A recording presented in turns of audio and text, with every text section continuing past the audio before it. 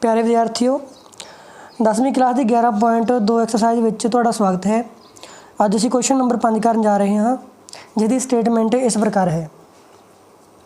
8 centimetre एक लंबा रेखाखंड खिंचो।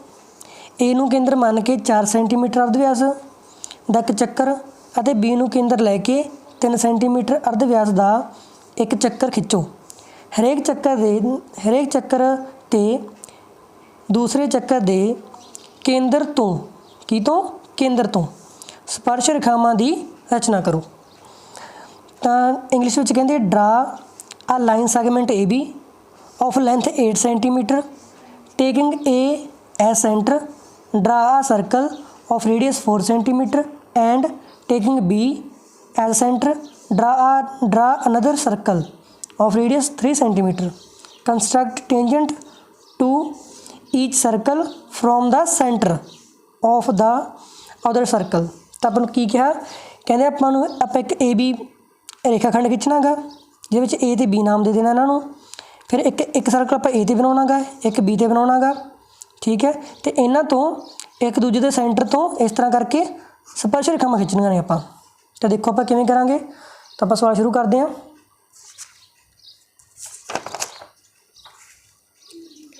तो देखो जी, सब तो पहले आप की कर लेना गा, अपन कहा भी 8 सेंटीमीटर का एक रेखाखंड खिंचो। तो आप 8 सेंटीमीटर की एक लाइन ड्रॉ कर लेनी है, खिंच लेनी है इस तरह करके 8 सेंटीमीटर की एक लाइन ड्रा कर लो, जिन्हों नाम दे दो ए ते बी 8 सेंटीमीटर की। तो उसी तरह आप फिर आप की करना गा, ए नूं केंद्र मान के 4 सेंटीमीटर तो बी नूं केंद्र मान के 3 सेंटीमीटर दे चक्कर लाने आ। सब तो पहले इन्हूं मिल लो, इत्थे लाइन मार के साइड ते एक तो 3 सेंटीमीटर लाइन तो एक 4 सेंटीमीटर इस तरह करके मिल के रख लो। ये आप क्यों मिलते हैं ताकि अपनी प्रकार बिल्कुल सही खुले। ये 4 सेंटीमीटर तो यह 3 सेंटीमीटर। तो नाल दी नाल आप रचना लिखी जानी है। रचना का पहला पॉइंट लिख दो। आप की लिखना गा, एक रेखाखंड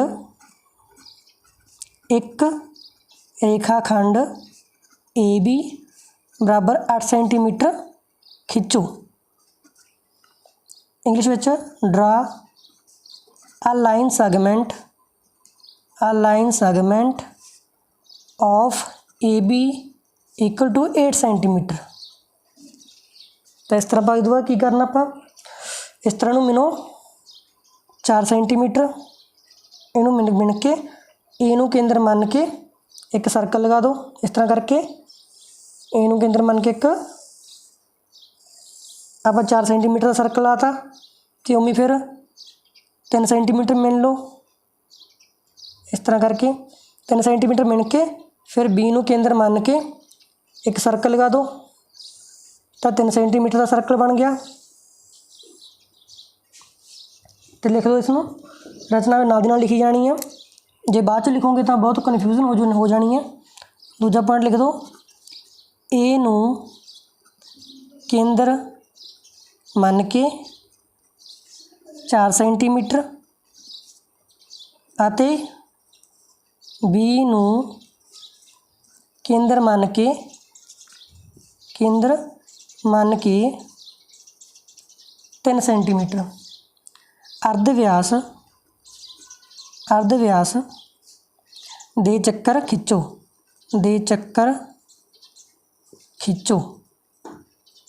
आप देखो की कीता, इत्थे 4 सेंटीमीटर का चक्कर खिंचा, इत्थे 3 सेंटीमीटर का चक्कर खिंचा। इंग्लिश में लिख दो point, taking A and B as centre.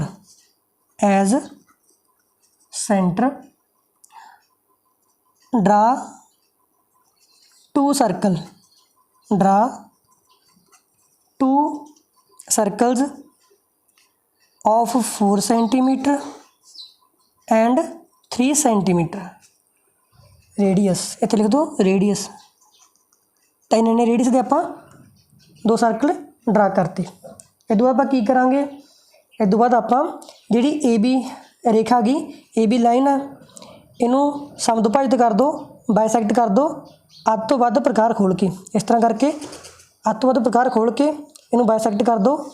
इधर आर्क लगा दो, फिर इस साइड आर्क लगा दो, फिर ए नू केंद्र मान के बिना प्रकार हिलाए इस आर्क नू कट दो। तो इस तरह ये बाइसैक्ट हो गया। तो ये बिच दी लंघदी रेखा ड्रॉ कर दो, इस तरह खिंच दो। इनू पदानेदार खिंचना है इस तरह करके। इस रेखा ने जिहड़ी ए बी लाइन है उन्होंने इत्थे कटता। इस पॉइंट नू नाम दे दो एम। तो इस पॉइंट नू रचना विच लिखो नंबर 3 पॉइंट। ए बी नू बिंदु एम ते समदुभाजित करो। इनू इंग्लिश में लिख दो, इनू bisect A B at M. A B नू बाइसैक्ट कर दो एट एम। तो इस बाद आप की करना जी, इस बाद आप एम नू केंद्र मान के इस तरह एम नू केंद्र मान के ए जिन्नी प्रकार खोल लो। इस तरह एम नू केंद्र मान के ए जिन्नी प्रकार खोल के चक्कर लगा दो इस तरह। फिर लिख दो इस पॉइंट नू एम नू केंद्र मान के, एम नू केंद्र मान के ए एम, देखो ए एम अर्धव्यास लैके चक्कर खिंचो।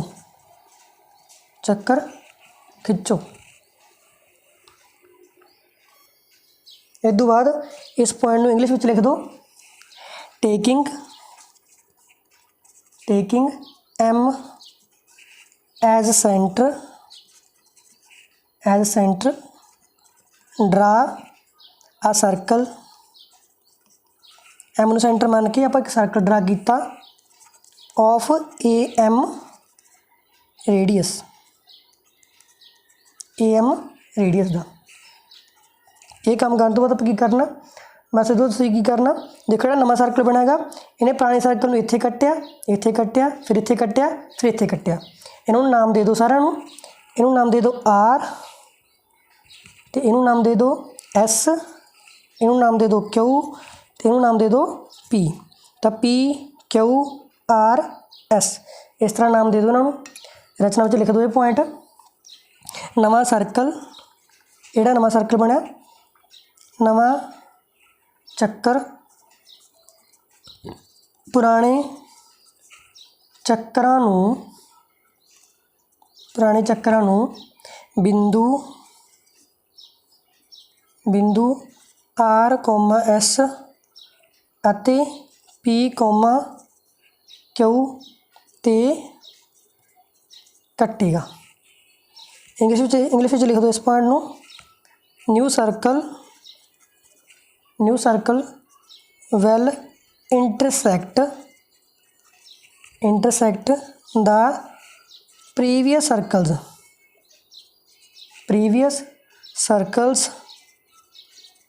Circles at points R comma S and P comma Q.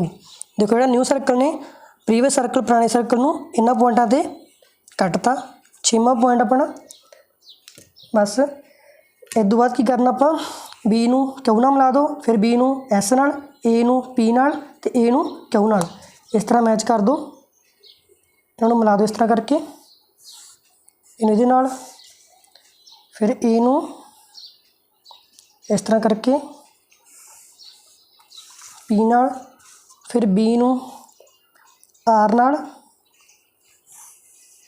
ते बी नू एस नाल। इस तरह अपनी डायग्राम पूरी हो चुकी है। इस पॉइंट नू रचना में लिखो 6वां पॉइंट की लिखांगे आप वी A P A Q B R ते बी एस नू मिलाओ। लिखो A P A Q B R ਅਤੇ BR ਨਹੀਂ BS ਨੂੰ ਮਿਲਾਓ। Join AP AQ BR and BS। Last point AP AQ BR ਅਤੇ BS ਲੋੜੀਂਦੀਆਂ ਸਪਰਸ਼ ਰੇਖਾਵਾਂ ਹਨ। AP AQ BR and BS are required tangents।